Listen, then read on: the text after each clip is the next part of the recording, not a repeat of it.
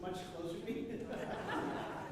So it's going to be fun, especially because we're going to be looking at the double fugue and having, diving right in. But before that, we have a special guest. You might know, or I might have told the story a few times over the years, but I moved here because of Michael Morgan. Michael Morgan was teaching at Tanglewood at the time, and coming out of grad school, I was at a summer program, and I had nothing lined up for the fall. I had no idea what I was doing. And so I wrote to Michael Morgan as a cold call, and I emailed him and I said, I'm moving to California from New Jersey, and would love to study with you if that would be possible and see what it's like on the West Coast. Not knowing, most people don't respond to cold calls, you have no idea if there's opportunities, so I kind of couched it like I was already moving, because I wasn't. And he wrote back and said, yeah, that sounds great, just let me know when you get into town. And I was like, oh, I guess I'm moving to California. But immediately, as you know, that in the Bay Area there are various wonderfully rich area and community because we have so many different organizations. Michael Morgan obviously stood out quite a bit because his connections to the community made Oakland East Bay Symphony at the time, really something special. Like, I remember going to a sing-along Messiah where every single aria he had people sing it in a completely different style. So one would be mariachi style, one would be gospel style. And it was a crazy thing, and it was a sing-along Messiah, so you're singing the chorus and you're like, I don't know what's going to happen next. And then I remember a concert that I went to where it was Beethoven 7, Bolero, and then a concerto for DJ Spooky, which is his name. And what he did was, it was a piece where he improvised half on Bolero, half on Beethoven 7, and it was a piece connecting to it.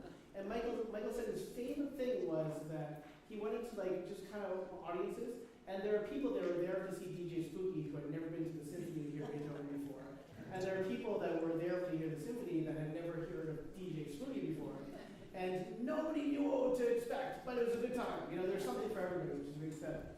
So when Michael passed away, all of us were like, oh my God, what is going to happen with Oakland East Bay Symphony or Oakland Symphony, right?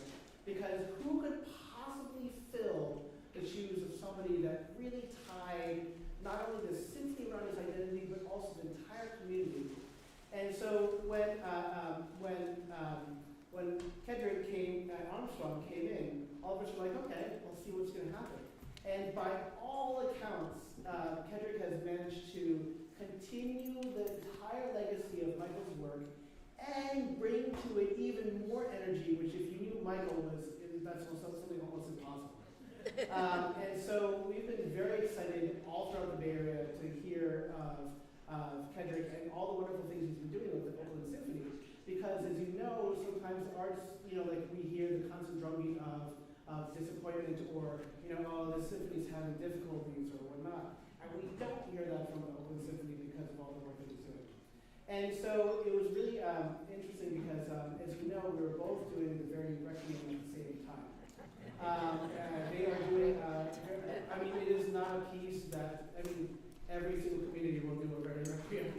It's just bound to happen. But instead of any idea of oh, okay, well, we have to figure out how to make sure the marketing's okay, people don't get confused or whatever.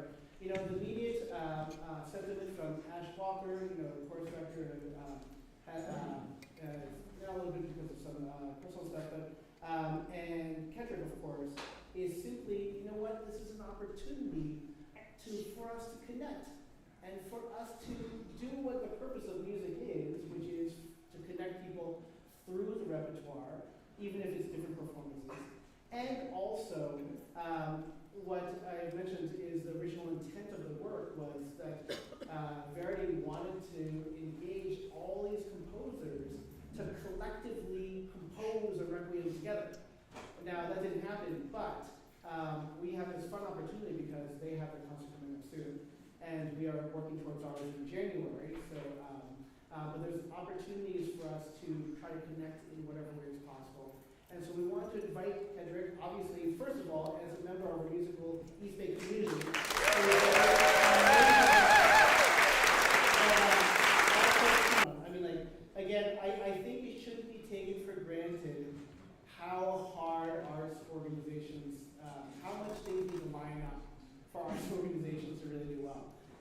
And it requires a board,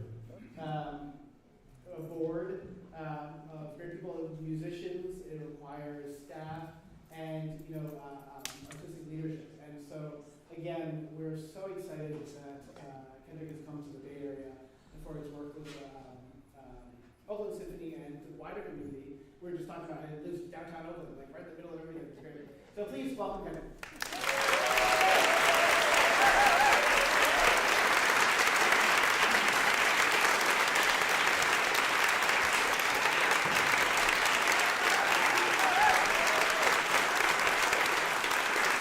Wow, thank you so much for the warm welcome. It is so incredible to be here. Thank you to Ming for inviting me to come and talk to you all. This has been an incredible journey for me. My first year in Oakland, leading the Oakland Symphony, now getting ready for season 2. We have an incredible concert coming up, as Ming just said, in November with Verdi Requiem. And my main objective here is to invite some of you. The Oakland Symphony, under the fantastic work of Ash Walker, has done rebuilding our chorus. And right now, as Ash is out on a little medical leave, Valerie St. Avica is stepping in to direct our Verdi Requiem performance leading up to November. We actually have some need for, of course, some more tenor and bass voices, like every choir probably in the world right now. And would really, really love for those of you who know the work, love the work, would want to do another performance of the work in addition to the one that you're preparing for in January. If you would like to come sing with the Oakland Symphony Chorus, please, this is a personal invitation to come join us, especially those tenor and bassist voices. I've been working very closely with Jerry, who will have all of the specific informations about required rehearsals, et cetera, et cetera, et cetera. But to sort of tie on to what Ming was saying, Verdi's Requiem alone is quite, just not enough for a choir to do. So we programmed something else to go with it. And in sort of the spirit of Michael, I asked myself a really hard question about, Verdi's Requiem in relationship to Oakland and how to bring those people into the concert hall who have never maybe seen a Verdi Requiem, don't even know what a Requiem is. How do we bring those people into the hall? And so I commissioned a local jazz composer by the name of Kava Menzies, who is incredible musician. She teaches at Oakland School of the Arts. She approached me when I first moved to town saying that she would really love to write a piece for the orchestra. And as I was trying to find something to start this concert, I thought, why don't I give her a call and give her an opportunity to write a piece for the orchestra? And so she has written a 6-minute piece called Suite for Humanity that sets the poetry of Paul Lawrence Dunbar that we will do and premiere to open that concert. So in addition to another Verdi Requiem performance, you will also have an opportunity to sing in the world premiere of this incredible local composer and local voice. So I'm not going to take up any more of your time. Thank you so much for the warm welcome and for all of your work and collaboration. I look forward to working and singing with all of you at some point, whether it's Verdi Requiem or something other, majestic and fantastic down the line. So thank you so much. I'll leave more information with Jerry. Thanks everyone. Thank you, Ming.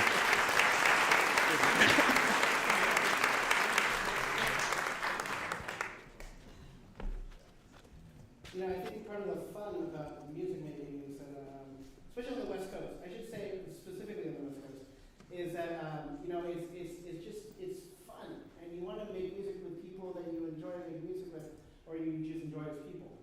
And so for Kendrick, I think it's a really great personality to have in the community because his goal is simply to make music exciting for all that are involved. And we were talking about potential future collaborations in the future. The youth orchestras in the Bay Area have a big festival that they play together. But why don't we have a choral festival? We should have like a Bay Area choral festival where we all come together, sing one work, and then sing some other works individually. There's so many different ideas, and when you have fun, great musicians who are also great to work with, I think there's a lot of potential for ideas. So, okay, so Natalia's going to start us off with the warm-up, and then we're going to dive right into the double fugue. It's going to be a lot of fun. But first, make sure we're prepared.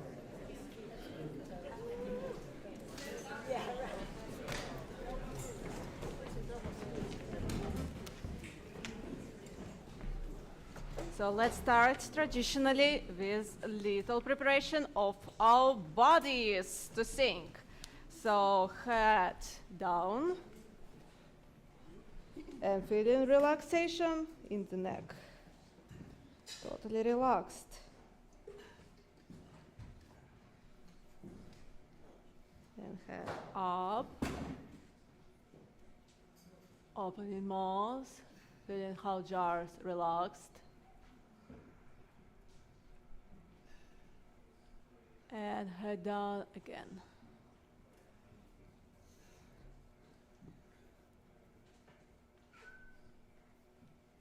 Looking over the right shoulder and saying hello to everybody who on the right side behind you. And then looking over the left shoulder.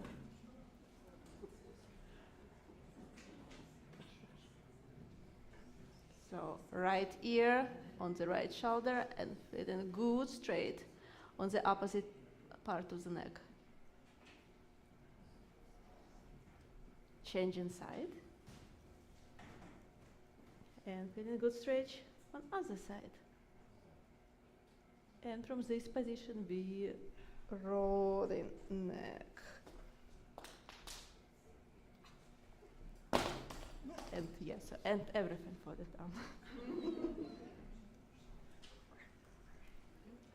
And then changing direction. Going to shoulders. Left shoulder forward. And back. Right shoulder forward. And back. Both shoulders forward. Trying to use bigger amplitude and back. A little bit stretching our hands. And the other hand. And reaching out, ceiling. Happy hands, happy rehearsal. And hands down. Now focusing on breathing. Choosing point in the middle of this whiteboard. So, and inhaling through the nose, sending air down low to your body, to the point, 3 fingers on the belly button. When you inhaling, we feel how everything getting bigger. We feel like we have a big balloon inside. We feel it on the back part of the lower back, on the sides, and of course in front part too. So we inhaling, and after that we will exhale with stable sound, trying to hold it as long as possible, trying to make the sound non-shakeable, non-changeable, very, very, very stable, and holding it till the moment when you feel about 20 or 15% of the air left. And after that, starting next cycle. We will do 3 cycles of this vocal breathing. So inhaling and exhaling.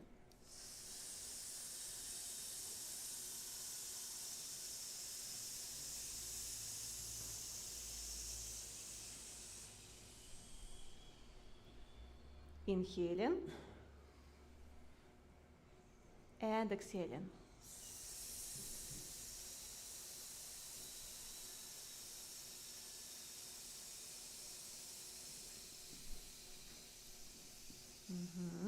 Yeah, just a friendly reminder, if you feel the starts to like something like that, it's better to start next cycle. So, but to get inhale and do the next one, because I'll focus on keep do this all together.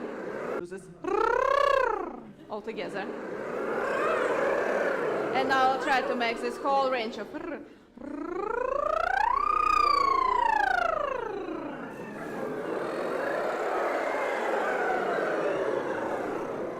Very good. And now we will sing very, very short melody.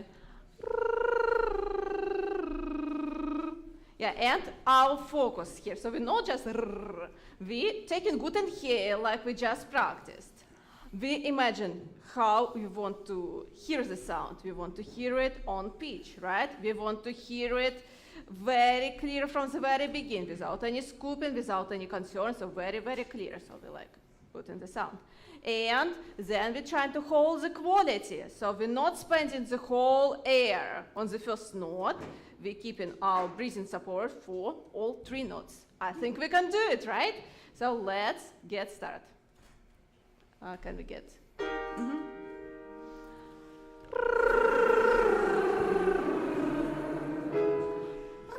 On parts of the requiem, but we're working on phrasing also in our exercises.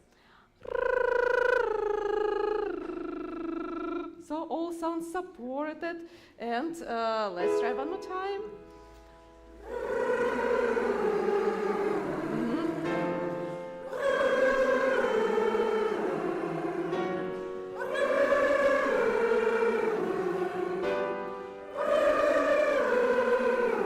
So now when we go into a little bit higher notes, we remember that this part a little bit getting up, and we're getting more excited. So, oh, wow, one more note, and one more, and one more, and one more. So, and we like, with every sound, we not trying to jump to this note, but we more and more surprised for this. So let's go to the next one.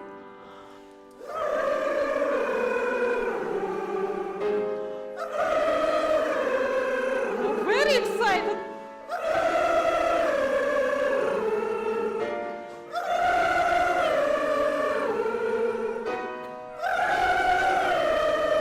And now we will do one more time from the same pitch, but we're not singing it very loud, but very accurately. So just listen this sound. So now I imagine that I have very, very teeny tiny stream inside of me, and without a lot of pushment, but very, very careful, like angel sound. So let's imagine that we're all angels here, and creating this soaring sound with this. So it's right. Very quiet, but breathing is supported. Going down.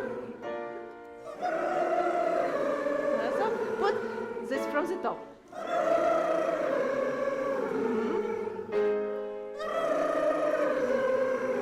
Inhale.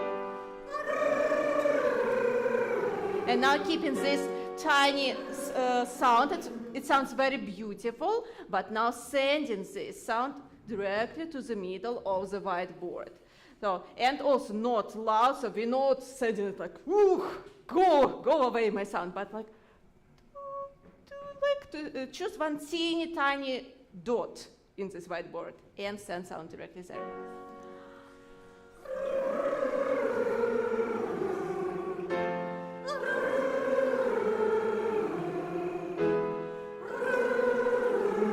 Yes, now was very good. And the last one keeps this power. Thank you, thank you. So now I very like the sound. It was very beautiful, without screaming, breathingly support, and all notes was equally good. Well, now we're going to my favorite moving exercise, melodies.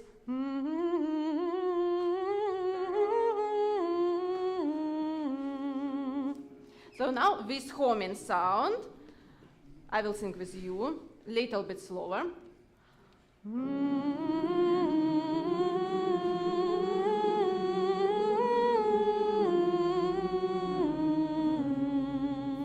And here we're also thinking about phrasing, because if we will not think about phrasing, we will lose our breathing on the third note, right?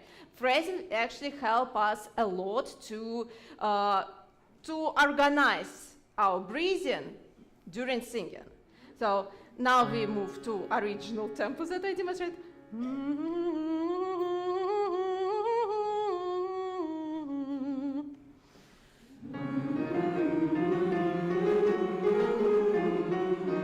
Inhale.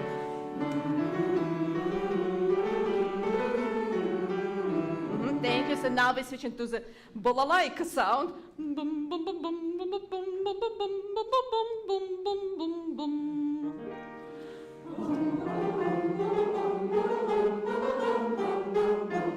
In here.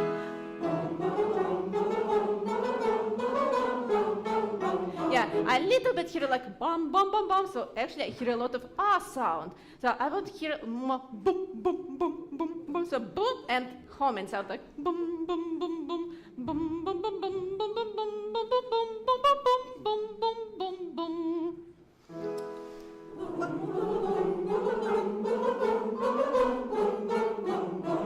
Yes.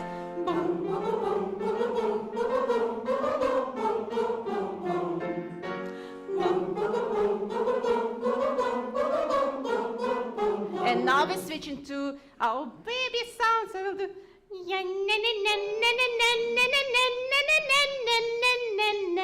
sound right here. So don't be afraid to make the sound.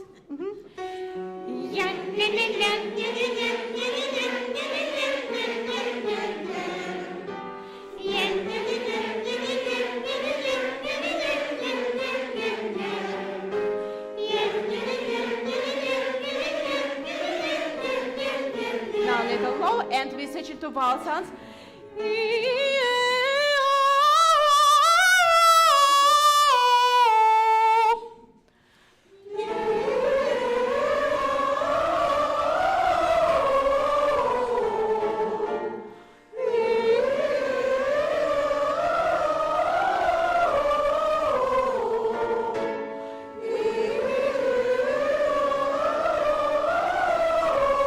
Now applying consonant sound ri, ri, re, ra, ra, ro. Ri, re, ra, ro. Yeah, reminding about consonant sounds, they appear a little bit earlier than vowel sounds, because if it's not happened, we just don't hear them. We hear ri, re, so ri, ri, re, ra, ra, ro. So keep on going. Ri, re, ra, ro. Yes. Ri, re, ra, ro. Little higher. And now staccato. Now just vowel sounds. Staccato.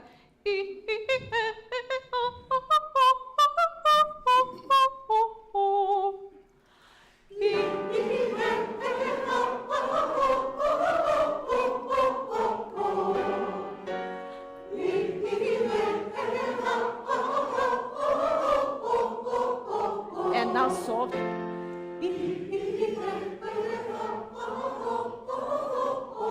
But not relaxed, still activated.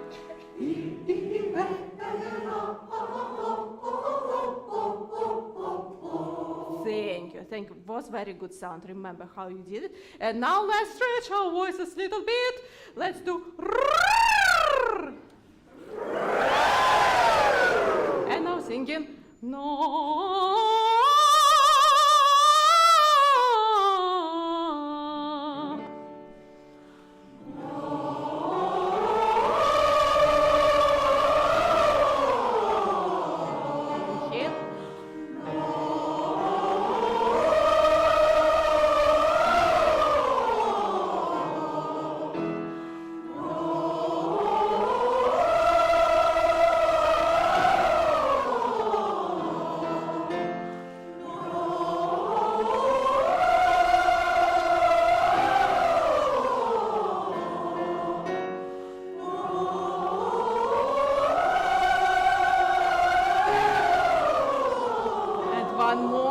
About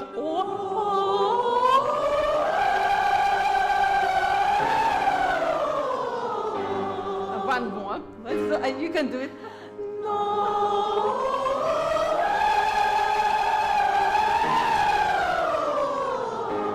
Thank you. And I especially like how you apply this wow face on the top sounds.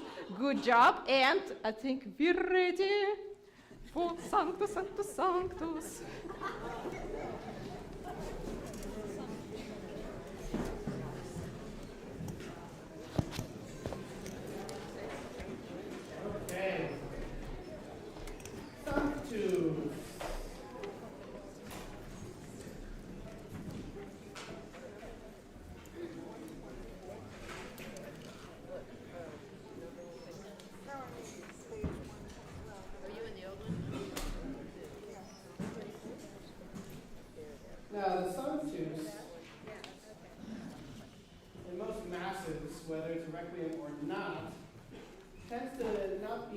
that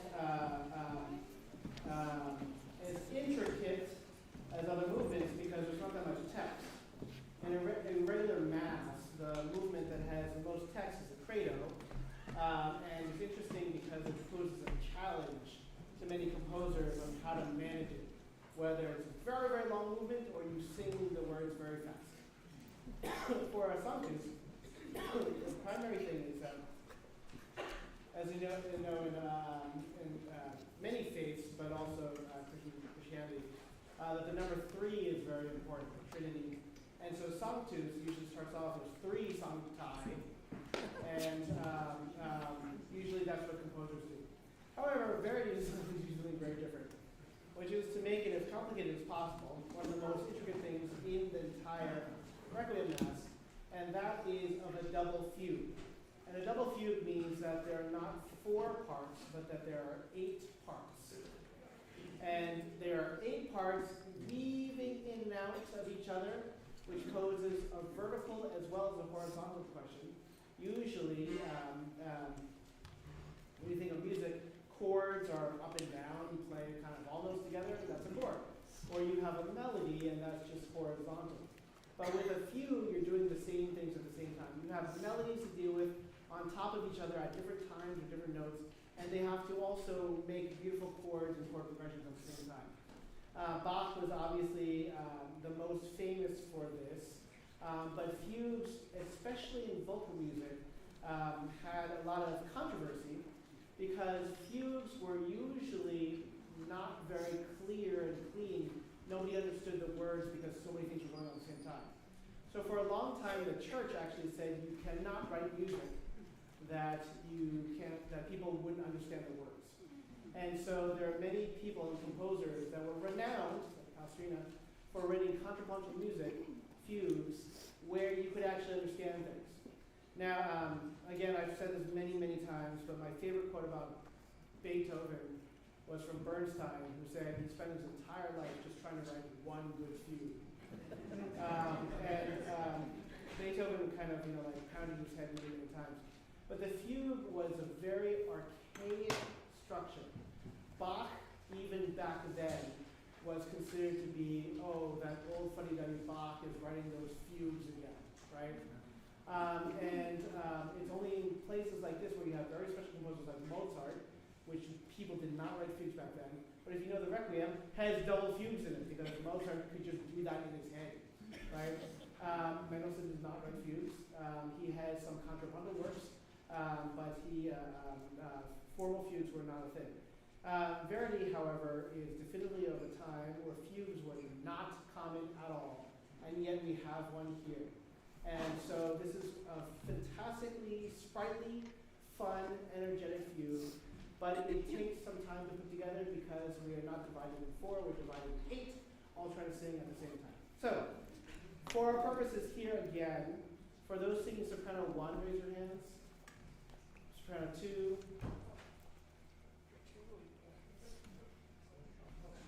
Okay, keep your hands raised. Soprano 2. Okay. That's a slightly different. Alto 1s, alto 2s.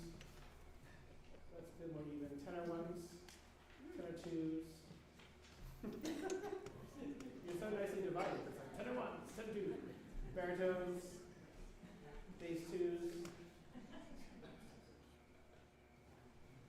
Yeah, that's great. Okay. I think sopranos, we might need to figure out how to do this. For the most part, we're going to be doing. Do you want more 1s or 2s? We need to have equal 1s and 2s. Soprano. Right now, we have soprano 1s being more than soprano 2s. I'll do soprano 2. Okay, that sounds great. Especially if you want a challenge. If you say soprano 1 one time, and you're like, I'm going to try the other one. Okay, so the second thing to just be aware of is the topography of the page. So if you note that there is, the way that is listed is chorus 1 and chorus 2. So if you're soprano 2, oftentimes that might be the 5th line down. So if you're looking at the music on my score again, it's page 126. I'm skipping ahead to where the fugue starts, and they consolidate some of the lines. You have soprano 1 at top, and then you have alto chorus 1, and then you have soprano chorus 2, which is soprano 2. So it would really be good if you had some way, some people like to use highlighter, to really focus on what line you're switching to from. Because if you go from the top of page, again, it's line 126, if you go to the next page, to 127, all of a sudden you have all 8 parts. And trying to follow along where you're going can be very tricky. Okay? That being said, we may have some people joining some other parts if we're finding some parts a little bit exposed. But for right now, what I'd like everybody to do is everybody to sing the soprano 1 line in your respective octave. This is not the very beginning of the sanctus, but the beginning of the fugue proper, which I have as bar 9. So we're just going to go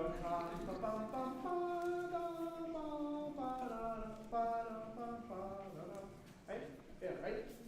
Now, I wouldn't, if you want to sing other words, it's perfectly fine, but we should do a small singer style for now.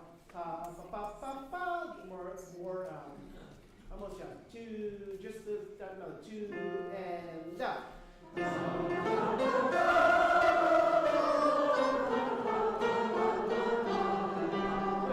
So every time through this, unlike some of the other movements, there's going to be a little bit more articulation. So it's never going to be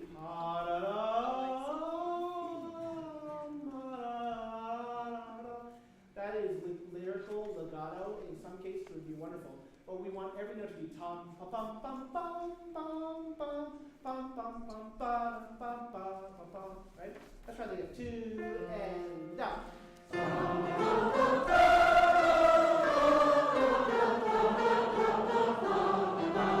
That's excellent. Now the ending tag of that is going to change from voice part to voice part.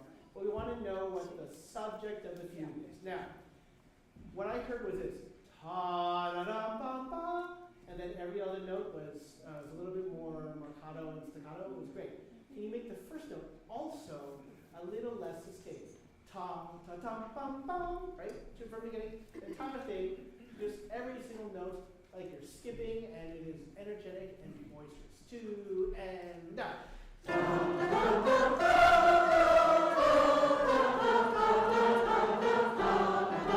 That's exactly it. Now, even though there's a slur in it, the slur is only there because it's the same syllable. We need to feel it as different notes. Now, what I want to hear now is a second soprano line sung by everybody. It's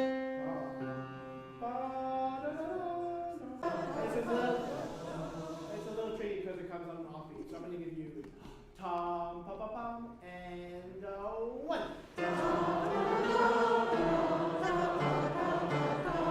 Not bad. What I heard was this. Ba da da da da da.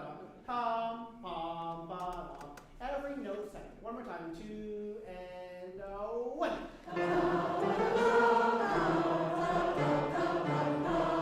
Excellent.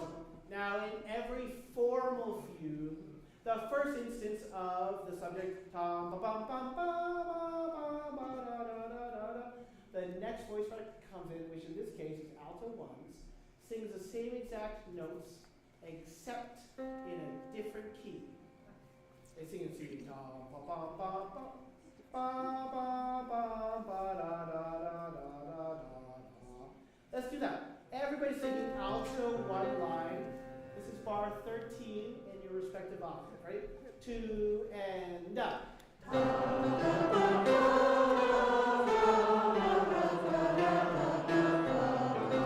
Yeah. Do you see that those notes at the end completely changed? Yeah. Those were different, okay? So that's kind of the fun part. You're like, oh, okay, I have to circle that because it's just a little bit weird. Let's do it one more time, right? Keep every single separate, especially the first note. Pom, pa, pom, pom, pom, pa, da, pom, pom. 2 and up.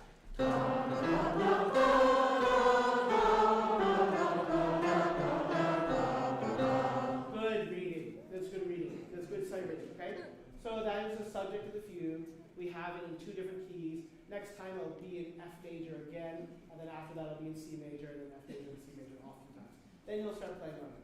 Let's hear everybody. The last part that we'll do before we'll go a stumble through, as I like to say, is on bar 14, alto 2 line. Everybody singing that. Do you mind playing this one for us, Freddie? And 1. Right? Let's try that. Everybody singing that. 1, 2, and 1.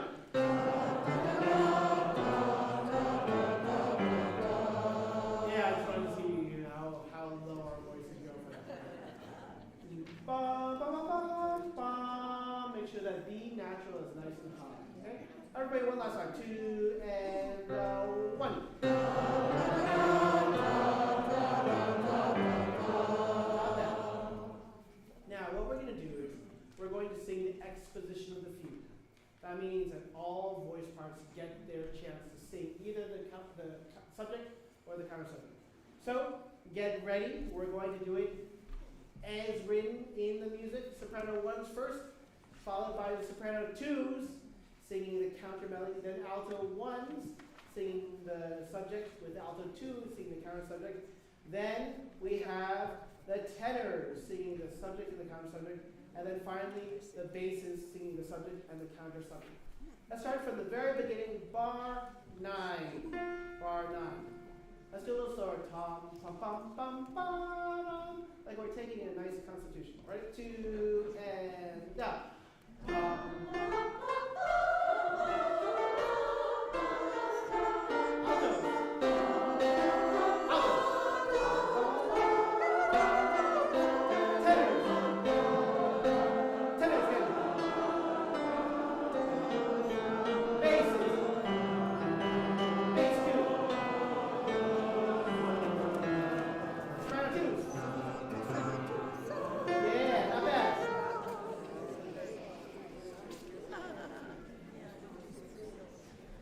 Now, those first 24 bars are the exposition of this fugue.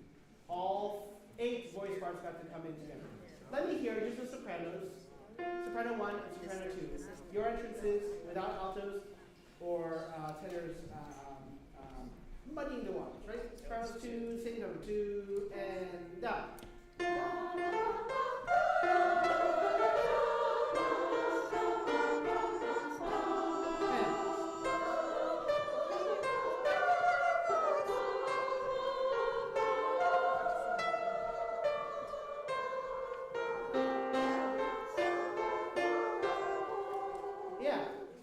Besides the melody, some of those notes get a little bit funky. You're like, I don't know what kind of melody, counter melody that is. That's perfectly fine. That's really good. Nice feeling.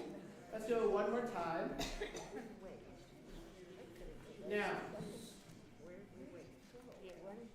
bar 9. Bar 9. Soprano 1 says that's a forte. Soprano 2 says piano. That's not true. We need to have the soprano 2s because they're lower, singing the same volume so we can hear both voice parts. Soprano 1s are going to be heard because of the top, so you don't have to worry about it. Okay, let's try again. All right, soprano 1s and soprano 1s, right? 1, 2, and down. And sopranos 1. Excellent. Soprano 1s. Soprano 2s.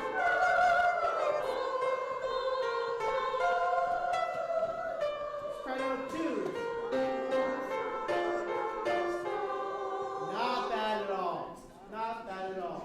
Now, obviously, this is only first few times going through it. If you're completely lost, don't worry about it.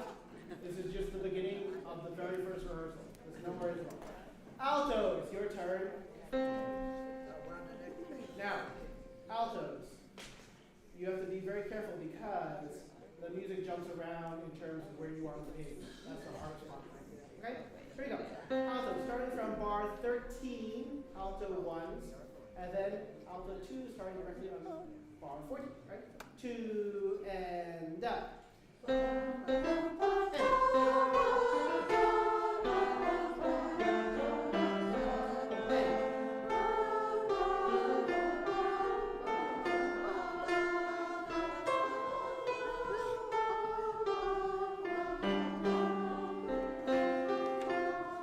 Not bad, not bad.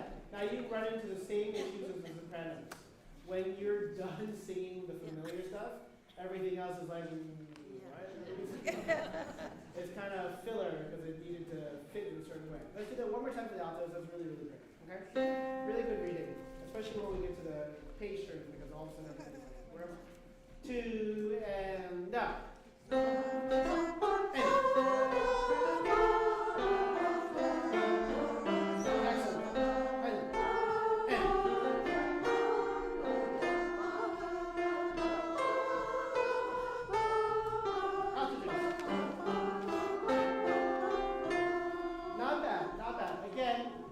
Nobody is 100% on this yet, so don't worry about it. Our goal is just to get a first impression.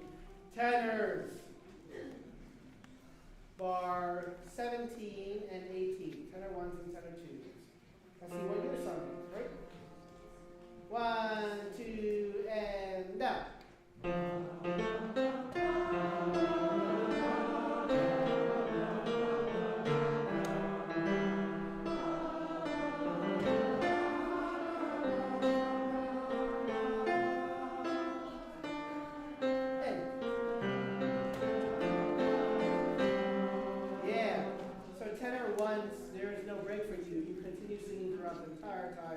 When you get to bar 22, just note that when you turn the page for some of you, it continues on. Okay? Let's do it one more time, just to give you another chance at it, and then we're going to try and play together. This is tenor, your entrance, and the bass you'll be next. 2 and down.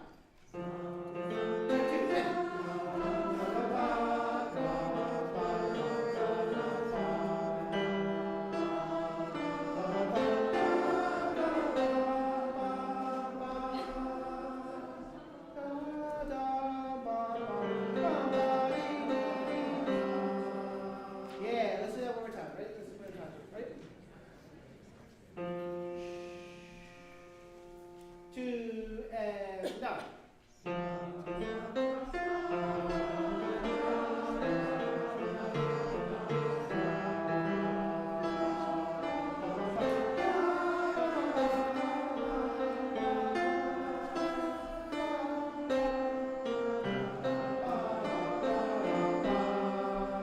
Good. And then basses, you get the easiest part because you don't sing very long before we hit the end of the exposition. So let's just hear the basses. You turn the page and you're like, oh, I guess we're done. Basses bar 21 and 22. Here we go. Ready? 1, 2, and bass 1. And bass 2.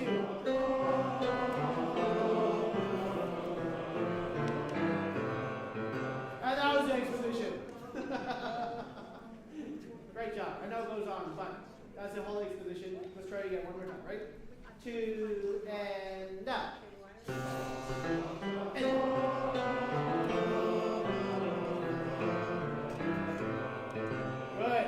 good. And that's the exposition. Let's do bar 9, all 8 parts, and see what happens. When you have the subject of the fugue, you know what Vance George used to do? This was always really fun, but hard on your knees. Vance George would say, anytime you have the subject of the fugue, you need to stand up. Oh. And so people would be like, we're not going to do that because it makes my knees hurt just thinking about it. But just note that it was very clear where the subject was. All right, let's try it. All 8 parts, rehearse bar 9 together, okay? 1, 2, soprano, sopranos off. Soprano 2. Alto, ready, go. Alto 2.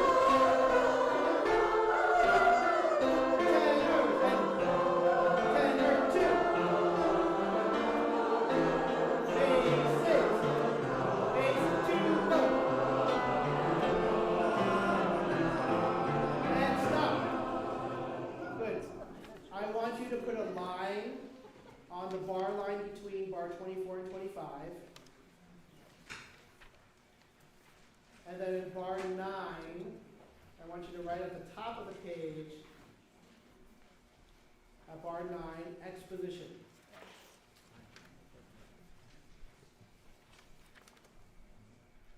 Now Now the way to go through this, just like one of my favorite things is when we did the Dvorak requiem for the first time, because there's a huge long fugue that has so many different parts. Our goal is to be aware of the different parts of the fugue so we have an idea of where we're going and where we're coming from. So it's important to know the first exposition, because the first exposition is the showcasing of every single voice part and their entrance. So we know clearly soprano 1, soprano 2, alto 1, alto 2, tenor 1, tenor 2, baritone, bass 2, right? We want to hear those entrances very clearly and make sure that when we sing the exposition, we know we're waiting for those voice parts to come in on the respective time, okay? That's why I stopped you after basically sang like 2 bars, okay? After this, I want you to kind of look at what happens. Bar 25. Instead of the soprano 1s having the subject, this time we have the soprano 2s. And then the soprano 1s come in a little bit afterwards, right? Now, in the other time, we had the alto 1s coming in first, but this time we have alto 2s, and then alto 1s following up a little bit after that. Then you have tenor 2s, and the tenor 1s don't follow. We are in what we call the first period. This is not the exposition. The structures are going to be completely different. So, what I want to do is sing through the exposition one more time. Let's get it better. I hear so many people increasing awareness and stability and confidence each time we go through it. All we have to do for the fugue is know the different parts and run through them many times so that we have familiarity, and then we have security. Okay? Sopranos. Here you go. I'm not going to call out each voice part each time except for soprano, alto, tenor, bass instead of 1, 2, 3, 4, 5, 6, 7, 8. Okay? Sopranos 2 and down. And go.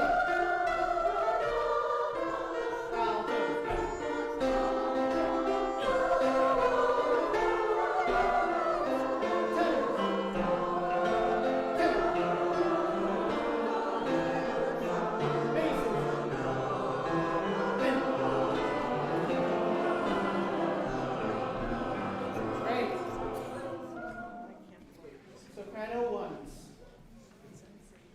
Bar 25. I want you to join in for that bar only.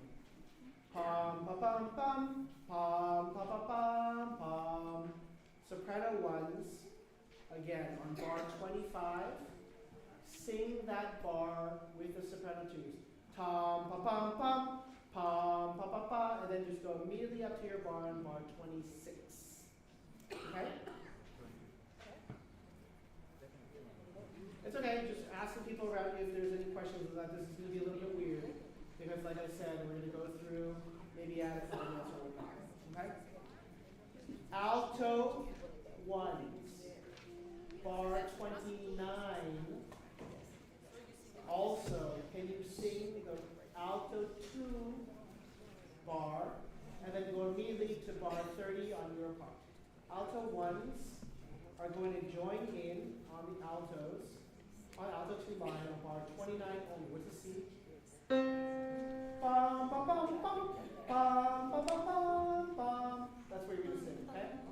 Bum, bum, bum, bum, bum, bum, bum, bum, bum. Okay? Tenor 1s. On bar 33 with pickup, all tenors sing this line.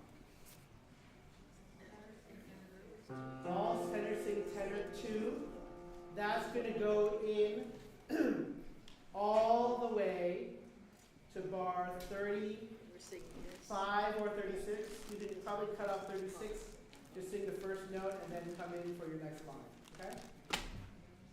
Now this little section is a little funny.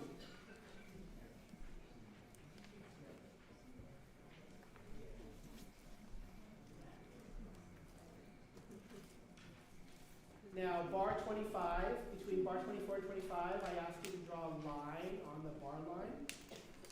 What I want you to do is on bar 25, you can make a little note to yourself where you just put period 1. You just write in the word period 1. Or episode 1, but we would say episode 1 sounds like we're talking about a movie franchise. Episode 12, Star Wars starts in episode 4.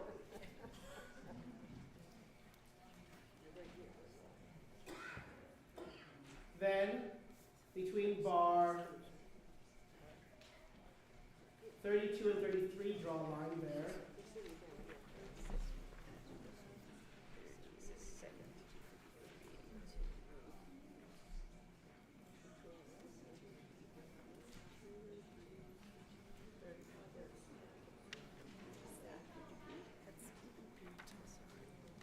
Between 32 and 33, draw a line, and bar 33, write period 2.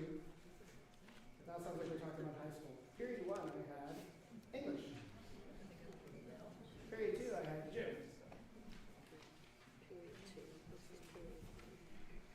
Okay, let's try period 1. Bar 25. No, let's do the exposition and then read into period 1. So the bases can have continuity. Starting from bar 9, exposition. The function of the exposition, of course, is to showcase each of the voice parts and ends when every single voice part has had their introduction. Bar 9, 2, and sopranos.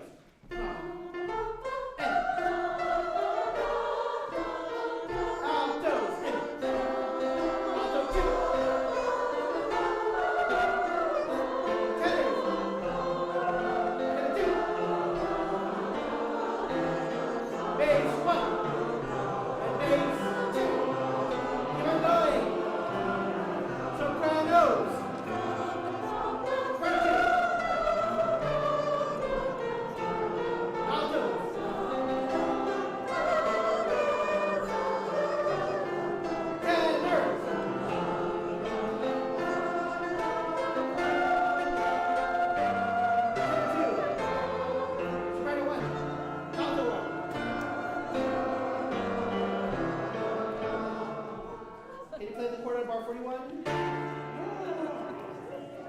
That's not a major chord anymore.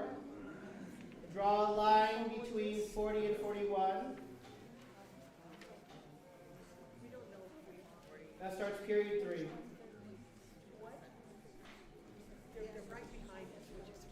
Between bar 24 and 25 is the ending of the exposition and start of period 1.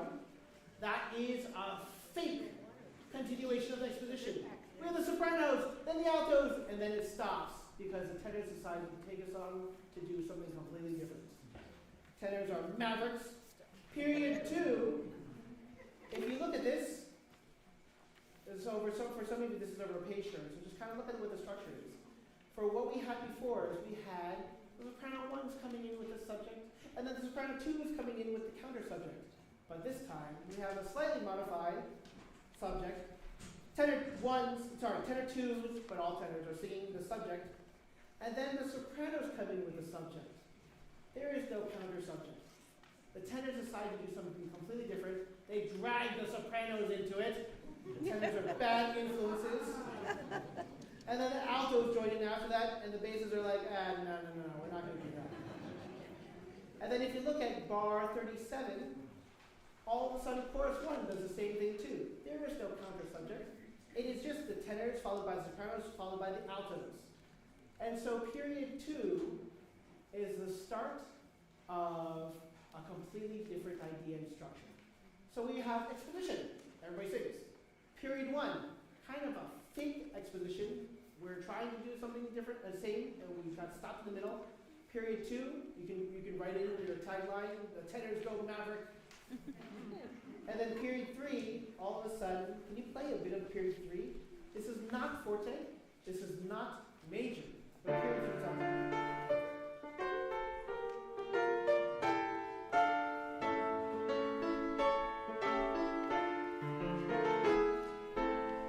Yeah, it's in a completely different key and it's related. It's F major goes to D minor. And suddenly period 3, we're starting to really get more complicated and intricate. So let's read this again. What I like to do is start from period 2.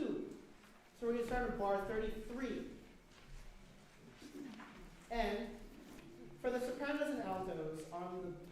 bar 33. Don't sing the leftover from before, but do come in sopranos on bar, pick up to 34. Okay? But we want to hear the tenors, basses. You have ba-da, ba-da, ba-da, ba-da. I want to hear those lines too. Okay? So we're starting on bar 33 with pickup with the tenors, as the sopranos, and the altos. Right? Here we go. 1, 2, ready, tenors. Tenors again. And sopranos. Altos. Yeah, good. 2 phrases, 2 different choruses. The first one leads us into major, the second one leads us into minor. Let's do that again. Bar 33. It's a little confusing, but it's okay.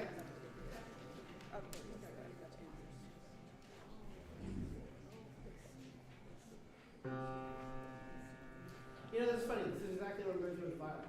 So Violet is in Science Olympiad, and she, because high school kids are crazy nowadays, she's learning anatomy and physiology, like the med school version. And so she's just like, it's just so overwhelming. Like, yeah, but that's part of the process. You just get tossed in, and you're like, I don't know anything except that's a skull. Okay, that's a good start. Right? This is the same thing here. You're just being tossed into the fugue, right? But this is just part of the process. You're going to learn it over time. It's what we call circular. We just come back to the same things over and over again. Each time you come back to it, you have a little bit more, you have a little bit more. This is literally our first rehearsal. So if you are completely confused and like, I don't even know what line I'm singing, you know what? That's just part of the process. Don't worry about it. It's going to be great. So period 2. All tenors sing that line because it needs to cut through. And then basses come in, and the sopranos come in, altos come in. Let's do this, right?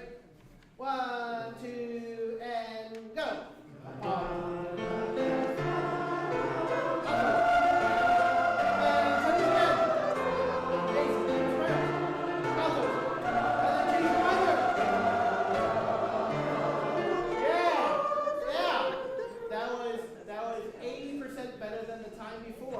All we need is forward progress. One more time. So we start here. Let me hear the basses, bar 33. Right, that's right. Right? And bass 2.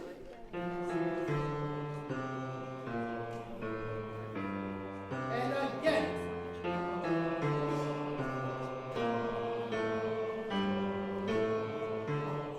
Though that couldn't be more stereotypical bass line of all time.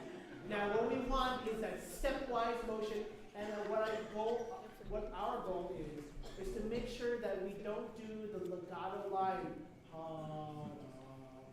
but it has a sort of step to it, right? Let's do that again. Ba ba da bum ba.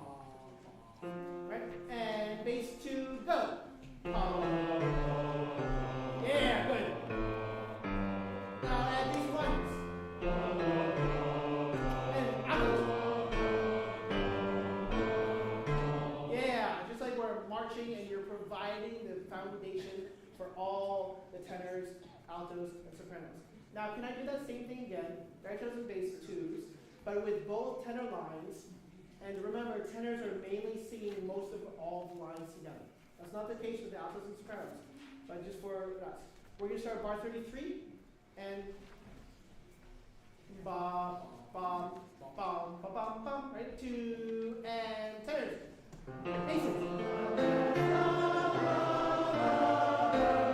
Tenors again. Both basses.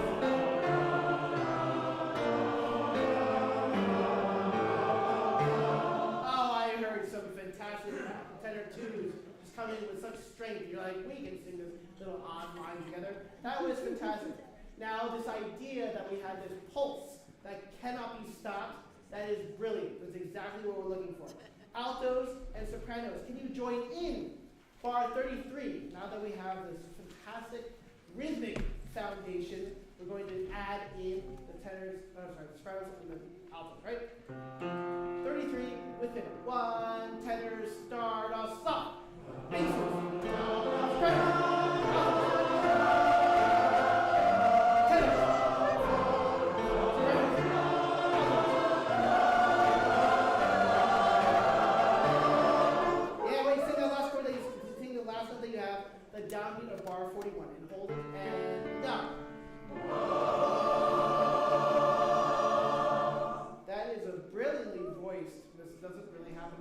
sometimes, but really brilliantly voiced chord. It sounds wonderful, okay?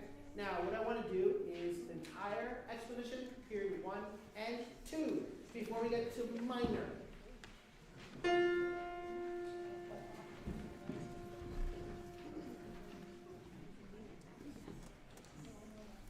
I really do firmly believe that context helps us organize where things are going.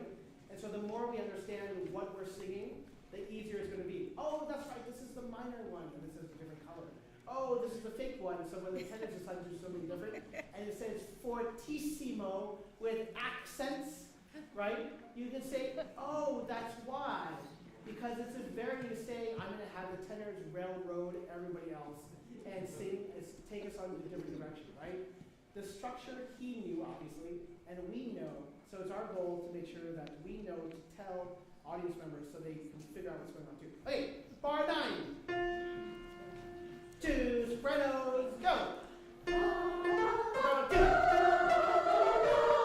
Accent, altos, go. Alto 2.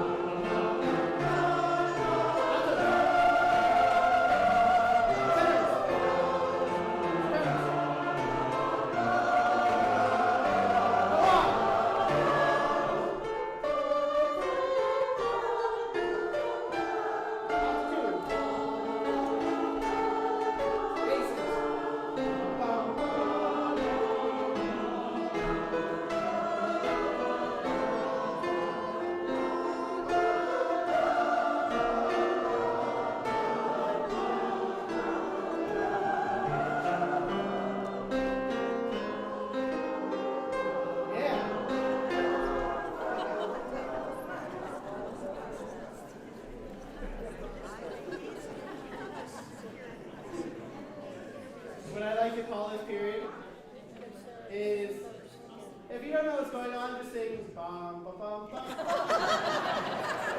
Because that's what it really sounds like. It's just like, pick a key. Now look, this is really fun, right? Now we noted before that the counter melody, right, disappeared. The tenors were like, nope, we're not going to do that. Alto said, okay, we're going to sing, soprano said we're going to sing the same thing the tenors did. And then the alto said, okay, fine, we'll sing the same thing that those people sang as well. Now when you get to period 3, now let's see what happens. Soprano 2s, bar 41. Bar 41, soprano 2s, sing it in D minor. But then the alto 1s say, you know, we don't want to sing it in D minor, we want to sing it in D major. Then the soprano ones say, fine, we're not going to do either of those, we're going to sing it in G minor. And then the alto 2s say, we're going to go as far away from the soprano ones as we possibly can. And sing it in A major. Well, the chord is A major, we're not changing keys. And then the tenors are like, A major sounds okay. Basses say, I want to go back to D minor. What are you guys thinking you're doing? Right? So we had a period, in period 2, where everybody just sang the same thing one bar later. Tenors, sopranos, and altos. And now we're in a section where people are singing things in completely different chord structures. So we have this. So let's read it slowly. Bar 41. Again, this is only the subject of the fugue. This is not the counter subject. You start figuring out the counter subject in solos too. But let's see what happens. Let's do soprano 2s, then alto 1s, and soprano 1s, alto 2s. Then the tenors come in, basses come in. Okay, let's try. 41. And give it a D minor so we have the context of the first one, right? Soprano 2, and go. Alto 1s. Soprano 1s. Alto 2s. Tenor 1s. Bass 1s. Soprano 1s. Soprano 2. Tenor 2. Soprano 2. Alto 2. Bass 1.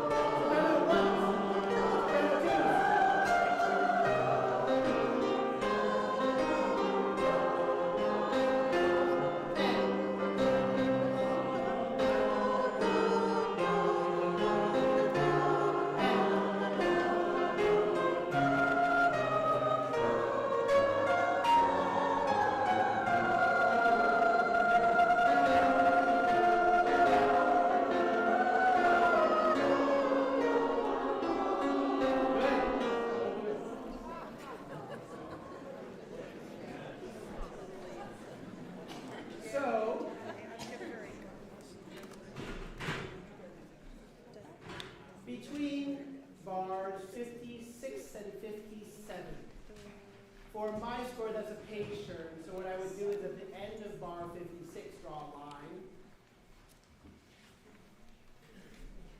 And that's the end of period 3. And period 4 starts on bar 57.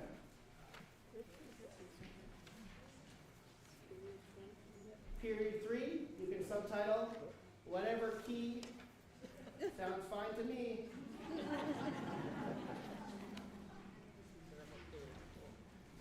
Yeah, do you mind playing 41, just the orchestra parts? And Leo's going to play what it should sound like for the chord progressions that come. Bar 41, actually bar 41, actually bar 40. The dynamic from beforehand is fortissimo, we are strong, we are major. And then 41, this entire period 3, is piano. Now we don't sing piano. Remember that dynamic is fungible. It can be moved quite a bit. So 41, piano, piano, piano, and then you have 2 little snippets of the sopranos that lead us into period 4, where you sing forte, right? Soprano 1, that's on bar 55. Soprano 2, that's on bar 56. But otherwise than that, the entirety of period 3 feels like we're lost. We're searching for a key. We're searching for our way out of this harmonic thicket. Let's read it together. 41. All of us reading and still singing and figuring out what's going on. Okay?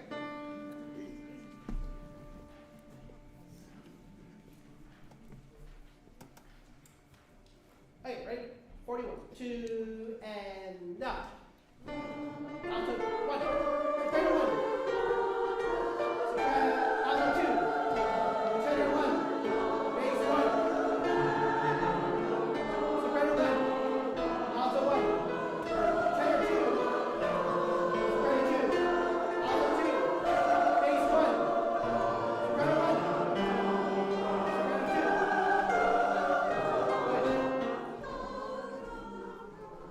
Now, bass 2, it's kind of a little boring if you don't sing. Feel free if you want to join in with the bass baritones on bar 47. We won't sing excessively loud, but it's kind of fun to sing along with them. I would just sing them together, okay? Let's do that one more time. 41. 1, 2, 41.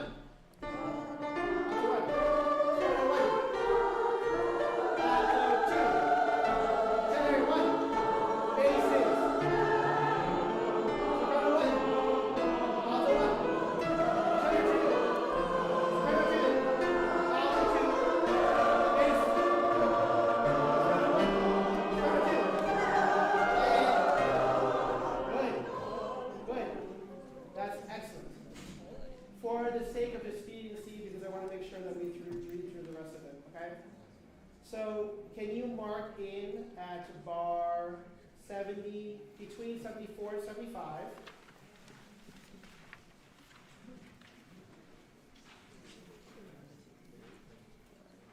'75 starts period 5.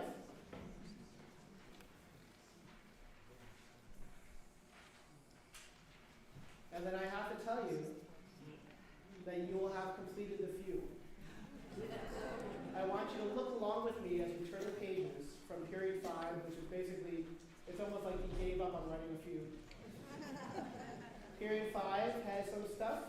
If you're looking at rehearsal A, which I have is bar 79, that is the official end of the fugue. So you have chorus 1, singing these long, beautiful chorale-like lines. The 85, second chorus comes in singing half notes, or as the musicians like to say, footballs. 87, more footballs. Turn the page all the way until the end of the Sanctus. So in about an hour, we basically ran through most of the few. Now, period 4, we haven't actually really run that much at all. Period 5 is very short because we just end. What I want to do now is just run through period 4 a little bit. I call period 4 emphatic minor.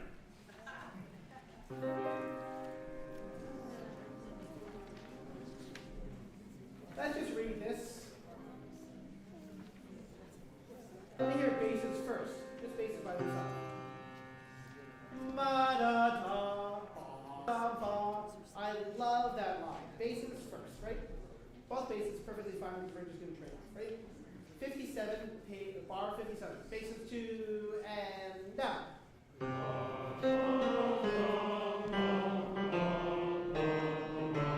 Basses 1.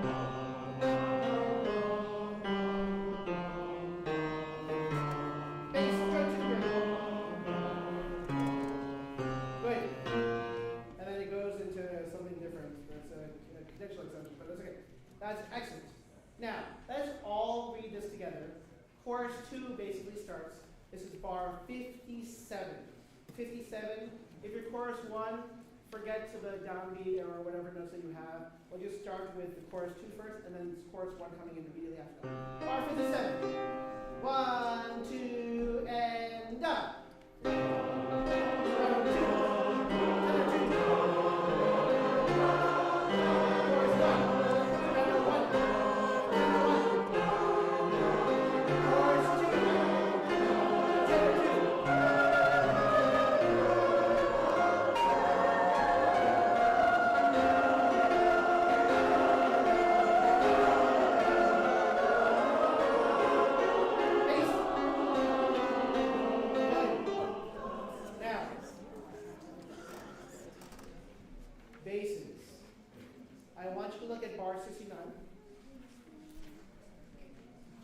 With the exception of the first note between bass 1 and bass 2, you are singing the same thing.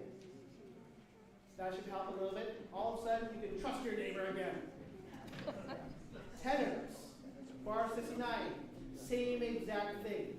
You are singing the same music. We are more unison again. Altos, with the exception of the first note, like the basses, you are also singing the same thing. Sopranos, you are also singing the same thing at bar 69. What I want to do is have the basses alone, bar 69, again, just start together. With the exception of the first notes, everything should be the same.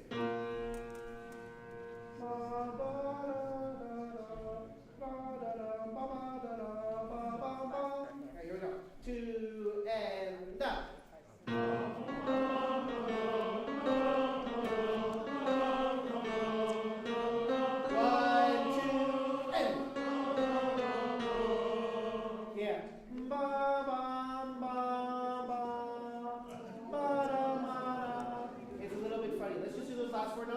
I'll give you 1. Ba, ba, ba, da, 2, and 1. That's much better. Just make sure that the B natural is high, so the B flat can be even higher as well, okay? Tenors, let's have you starting from bar 69, right? 2, and down.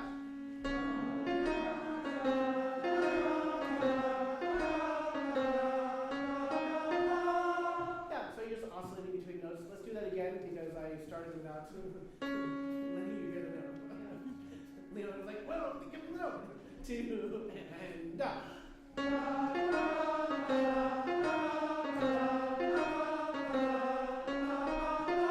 Excellent. With the basses, starting from bar 69. 2 and down.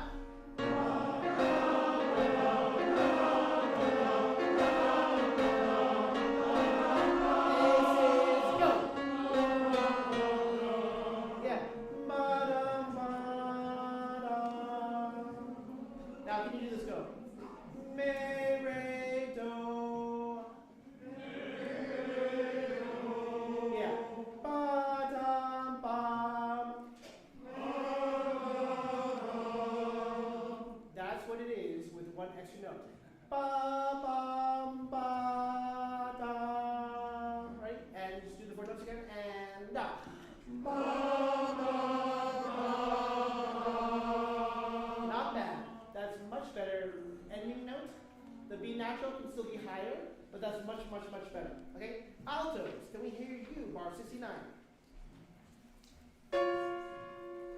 2 and down.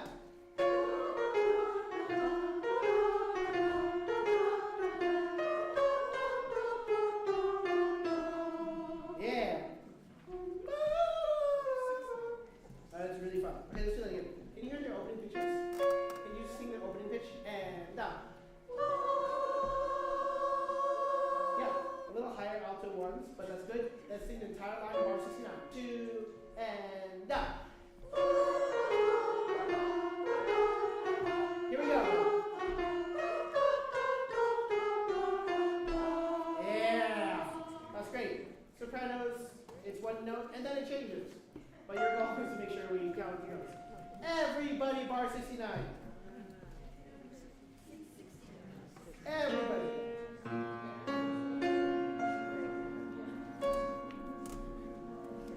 It's one of those notes. Bar 69. 1, 2, and down.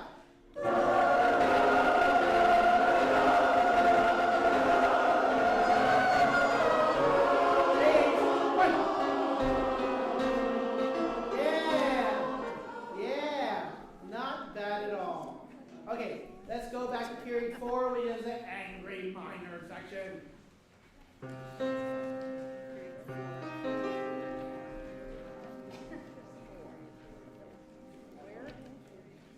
Page, sorry, bar 57. Bar 57. Here we go. 1, 2, and down.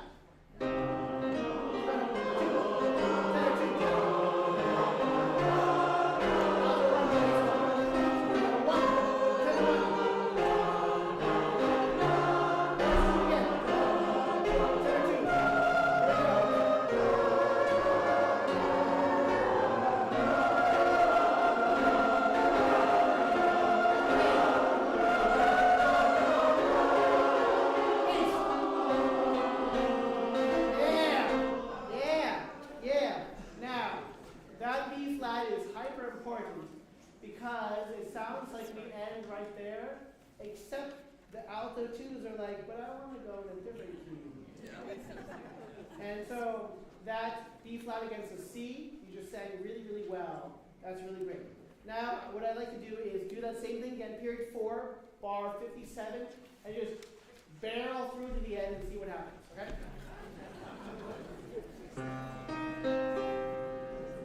57. 1, 2, 7, right? 2 and down. Right, 2. 17.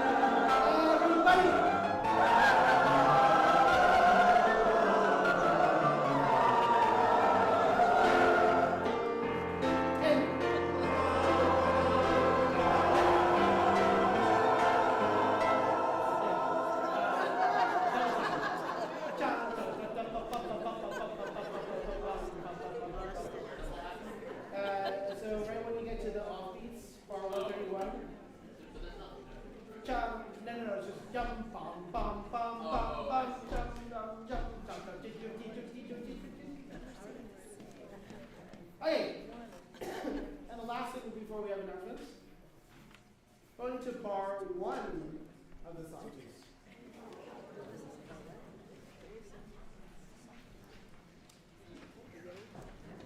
Bar 2, all basses sing, not just bass ones, but all basses sing.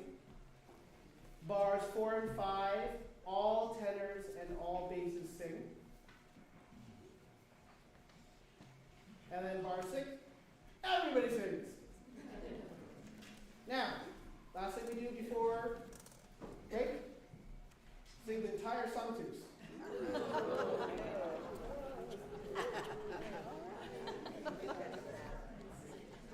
Okay. We don't want to do it too fast, right? And 1, and 2,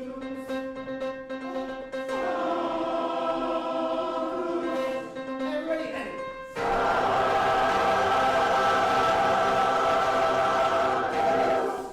here we go. Ready? Soprano, 2, and now.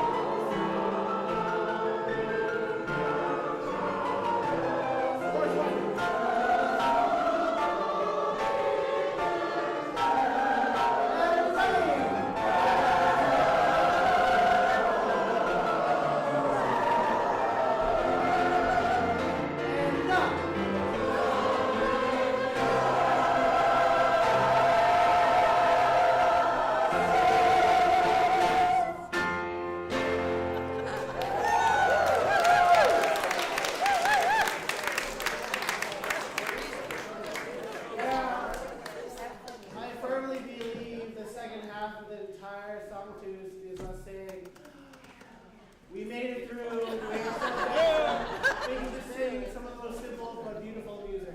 It's a fantastic fugue. I don't want to think that he gave up in the middle of it, but it is really beautiful.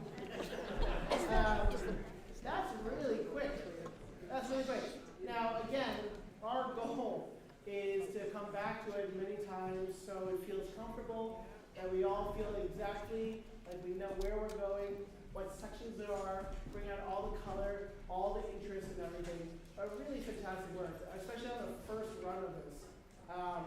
It's really great to break it down the way we did, and actually sit through the entire thing. Okay, so announcements next, and then we will do something else. So you get to use this mic and you get to stand behind the speaker. Otherwise we get woo. How about back there first? Yeah. Just on the Oakland Symphony Chorus collaboration. So there are 2 lists being passed around.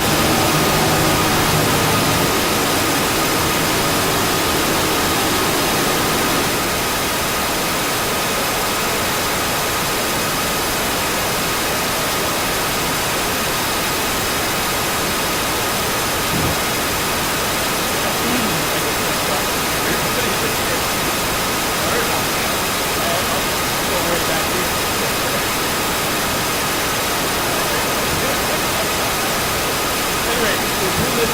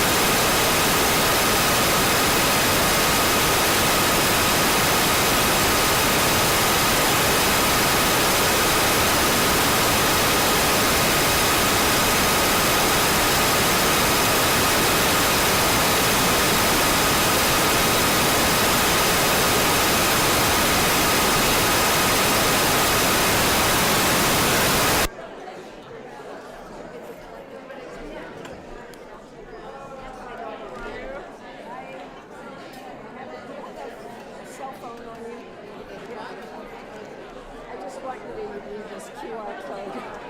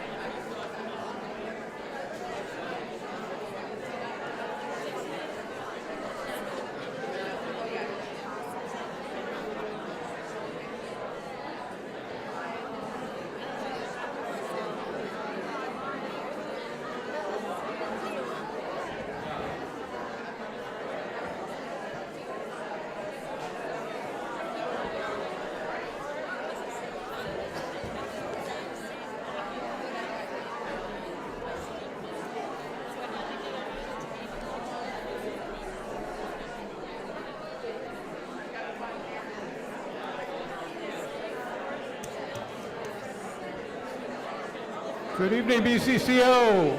1 minute, we're going to get started.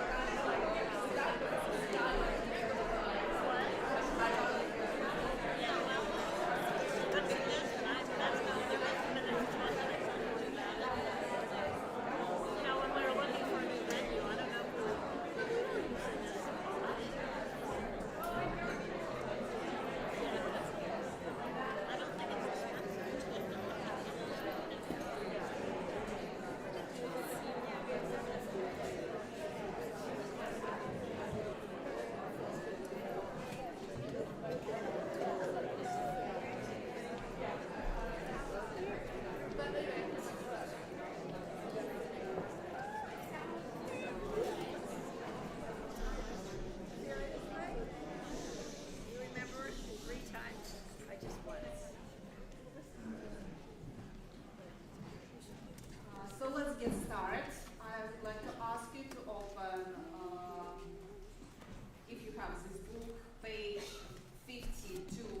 We will work on the part Rehearsal.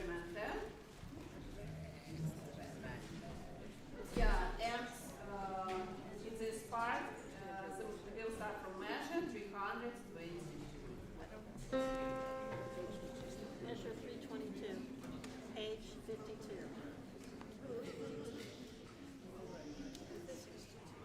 We will work on the same way like we did with this theater. I would like to organize constant sounds in the way that it will pronounce more clear. So all constant sounds in the end of the word we apply to the next word. So extremamente,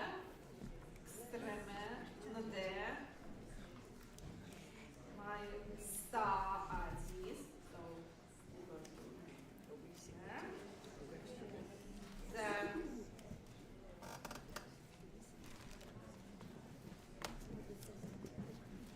Then measure 328. Please, lova, so this short love word is lova, dos, and going to dos.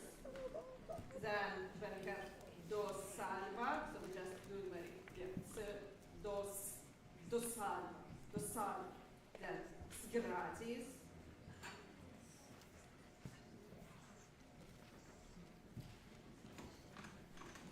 Yeah, and we will have a lot of words during this movement.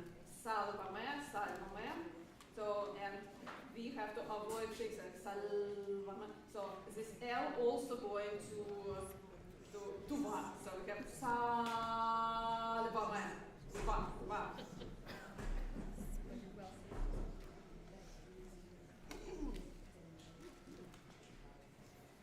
And we will start right from 222. So what's going on in this movement? This is all about fear. So I honestly will say that the whole first part of the requiem, we go through the whole process through the fear that we realize that it doesn't work. And the second part of the requiem, we will talk about it when we work on the second part of the requiem. But the first one, so hearing the fear and realizing that through the fear we cannot get there, so in the place where we want.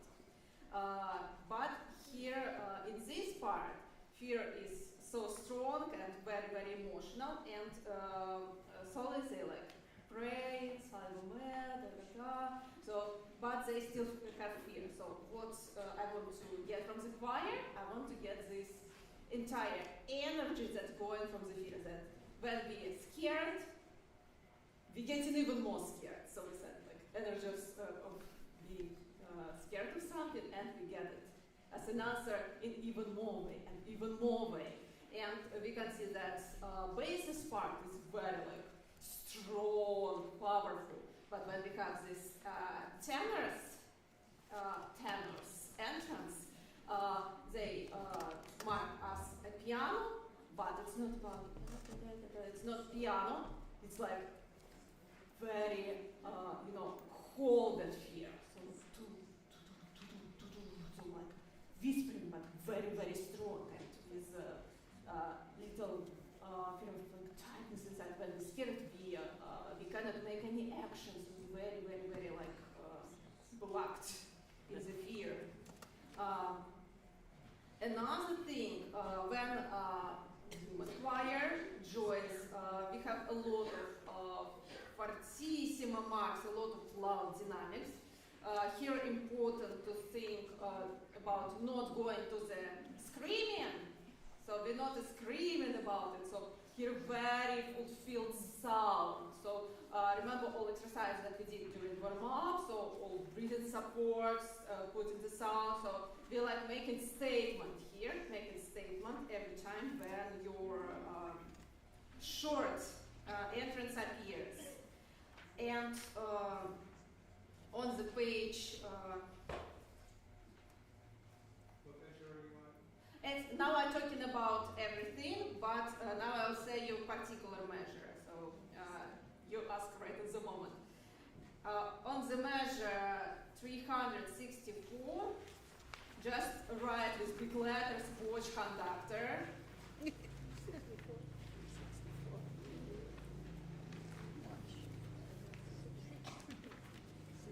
Because there started a lot of tempo changes that's possible to follow only if you follow not the notes, but what's going on there. So plus there are solists, a lot of tempo marks in the book.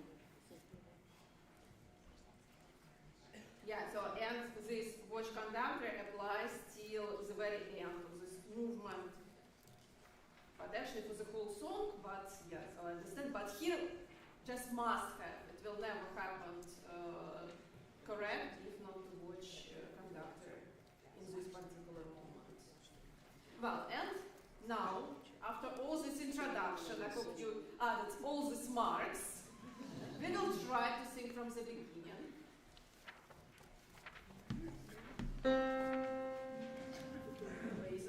Let's stand up. So I just, for this movement, I cannot imagine it to be scared with such. Is this page 52? Yes, it's page 52. Thank you. Yeah, ladies not singing there, so we starting from the. Are the altos singing the top? The alto sing.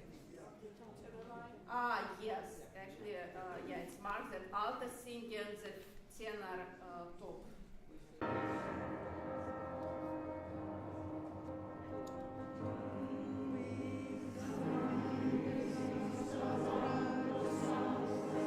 And I will stop you right here. Thank you, basses. You did very good entrance. And I don't want you to do this increased diminuendo. So it feels a little like rest and you have to keep this powerful energy to allow the next group to very fearfully to make this so don't lose this energy. So what I mean,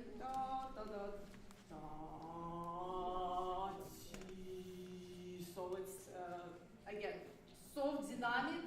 It doesn't mean it's still like very very supported. So hold your breathing. The group that's singing. So first of all, we remember that Maestro Ming asked us to add accent marks on all 16 notes. And even despite of these short notes, we still have some sort of phrasing. Let's make this little dynamic. Yeah, and also very breathing supported, whispering sound, and very, very energized. So a lot of big rhythm. Let's do one more time.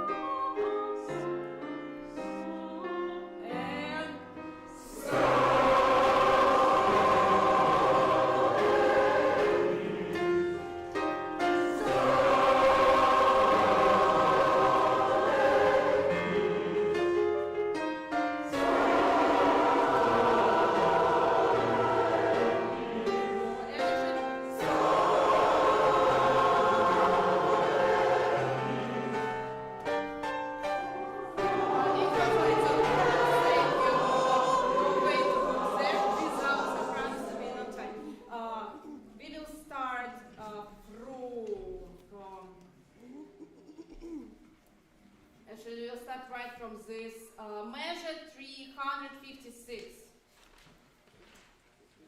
So, and there will start poco poco animanda, and the effects that I try to do, not very clearly, but in my thoughts, I try to do it. So, I try to make the next entrance more and more dramatical to make effects that on when we reach 364, it just feels like suddenly very so the final, but there is even bigger part that's making conclusion of all this thing. Well, 160 or 362.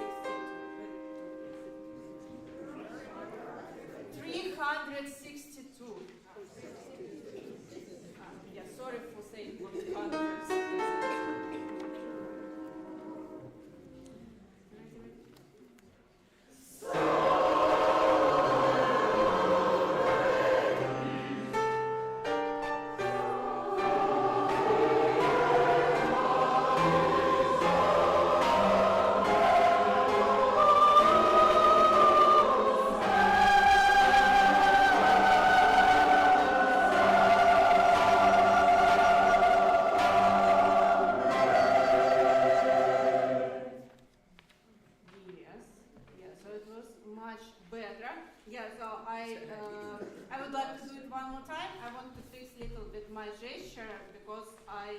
Slow down on measure 366 instead of 364. So in the beginning do da da da da da da da da da, and when a soprano starts to get 8 notes, there will be a little stretching. So one more time from 362.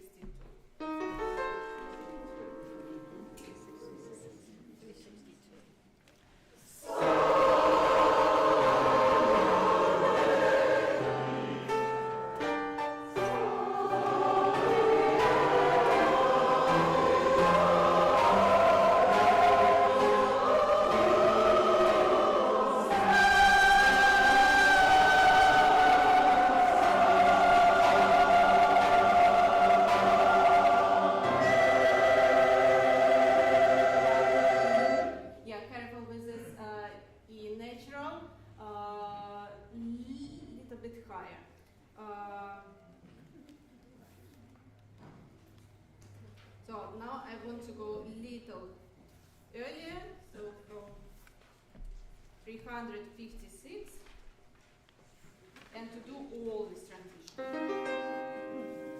356.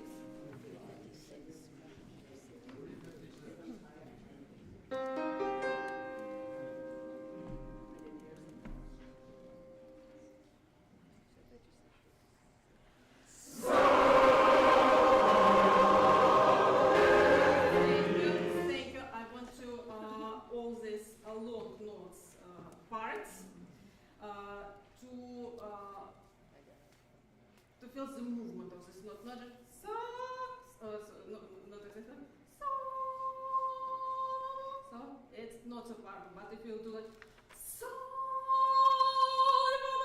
so I see if to explain how it's built this out, we made the statement of fortissima, then little bit made it more like a bit so. Feel difference. So let's try to do this effect.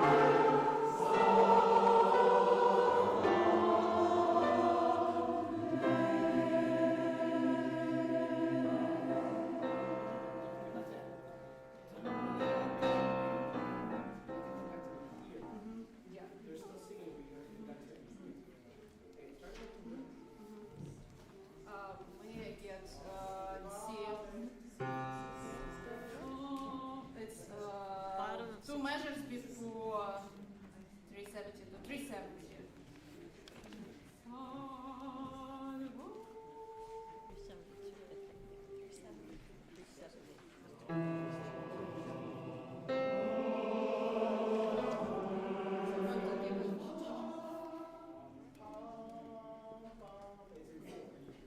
Yeah, so we can't go.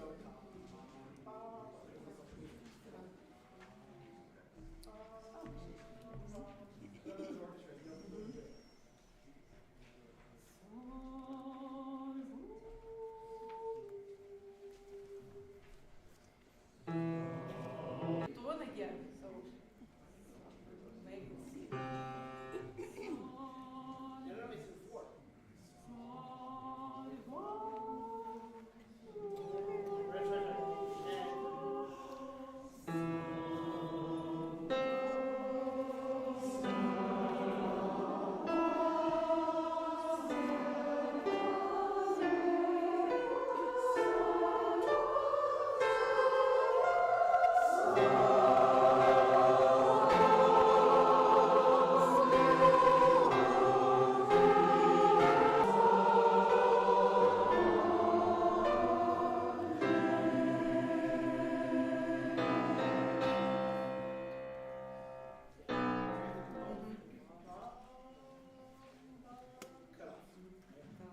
Now, this is, you have to make sure that this is in 4, because this is not 2 either. Yeah, so this, yeah. So it's orchestrated.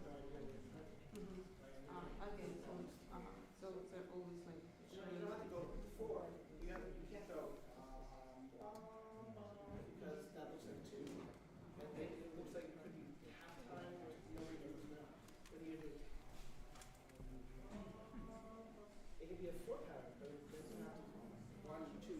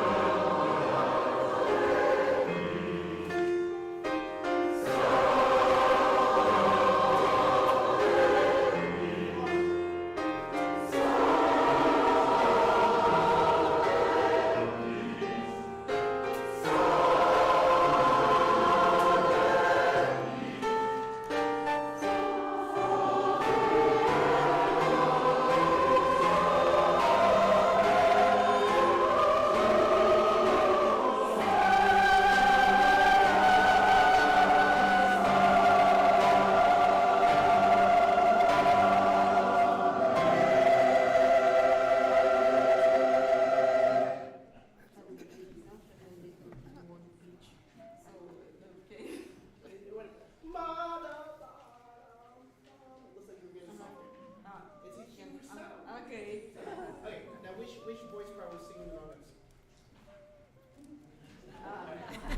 And it's difficult to say because I don't know which one. Spaces. Let's hear it. Let's begin. 3, 5, 6. Spaces up, right? Right? And down.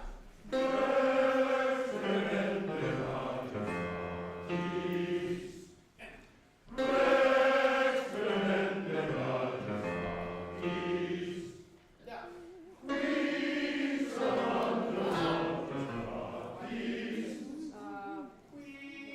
salva. Yeah, so who's there? Right? Let's just hear that.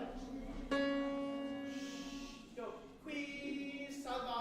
Ready? Just up. And down. Yeah. You want to go ta ba ba. You're aiming for that note. The third note is the most important note. Right? 2 and down. Yeah, almost. What I hear is you changing your register on that note. Qui salva. You hear the change of that? Qui salva. Keep it on the same sort of support. Don't go qui salva. Qui salva. Keep it really pointed and nasally. 2 and just those 3 notes and down. That's so much better, beautiful tone. Keep the pitch a little higher. Now do the entire thing. Qui salva. No, right? 2 and down. Qui salva.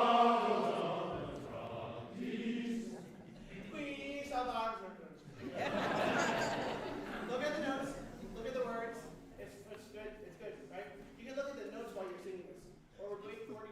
What we're getting at is what we said before. Is all the other ones before were arpeggios. That means you skipped notes. This is the first one where the first 3 notes are part of a scale, and then you skip notes. So that's why we're missing up those notes, right? Let's just do you can play once for them. Just put the chord underneath while it's 2 and down.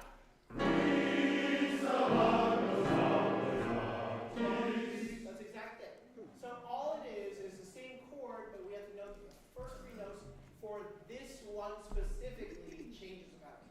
So let's do that again. Write that one right there. 2 and just do the same thing. Just play the 2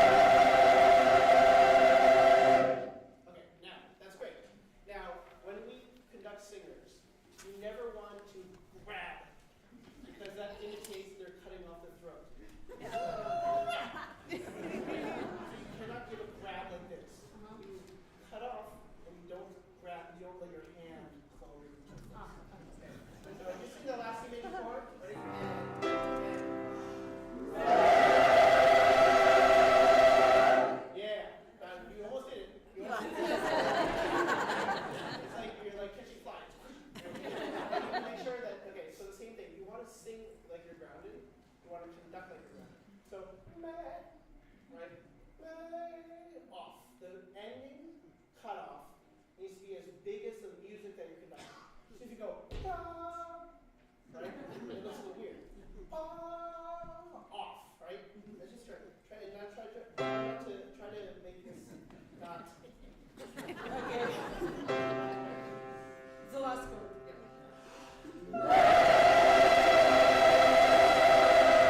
Yeah. Now, I'm just going to do Leon and Lynn on play last, but I want you to listen from 356. Not all the beats are the same, right? So,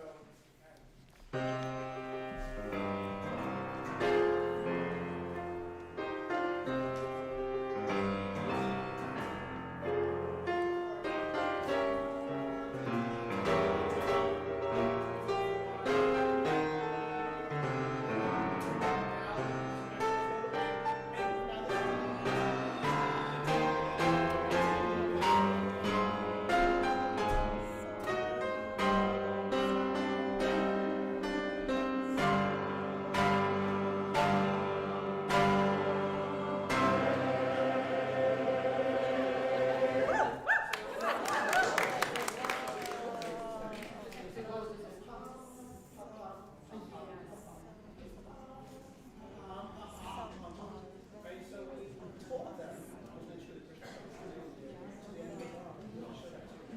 Now, this is not 1, 2, 3, 4, 1. 1, 2, 3, 4, 1, 2, 3, 4, 1.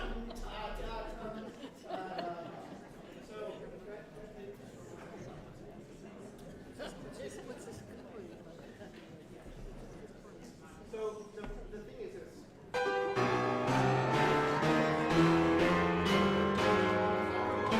Going to this chord.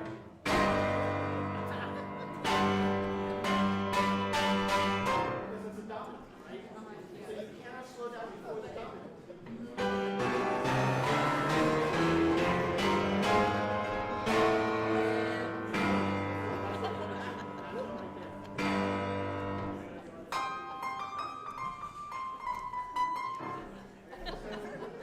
Okay, last time for everybody, 356.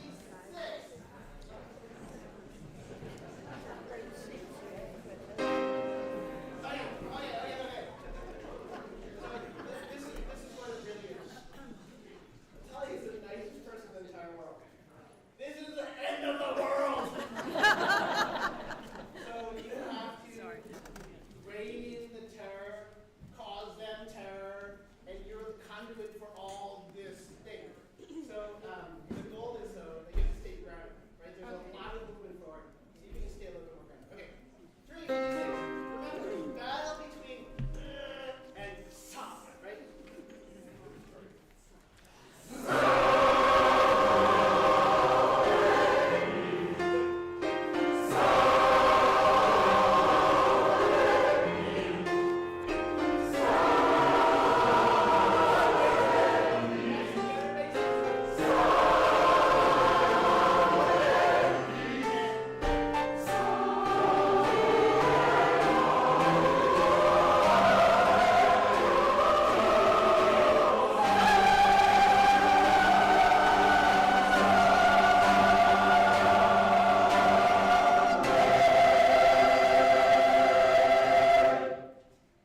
And it's nice to end on a C major chord.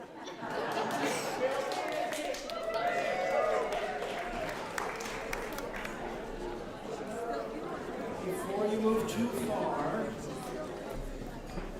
let me remind you of our complicated chair put away. If you're near the front and you have a nicely brown enamel chair, they go here. We'll move the rack to make it. All the other chairs, they're 2 rows in the back. Please alternate heads and tails as we put them on the rack a little bit. Thank you.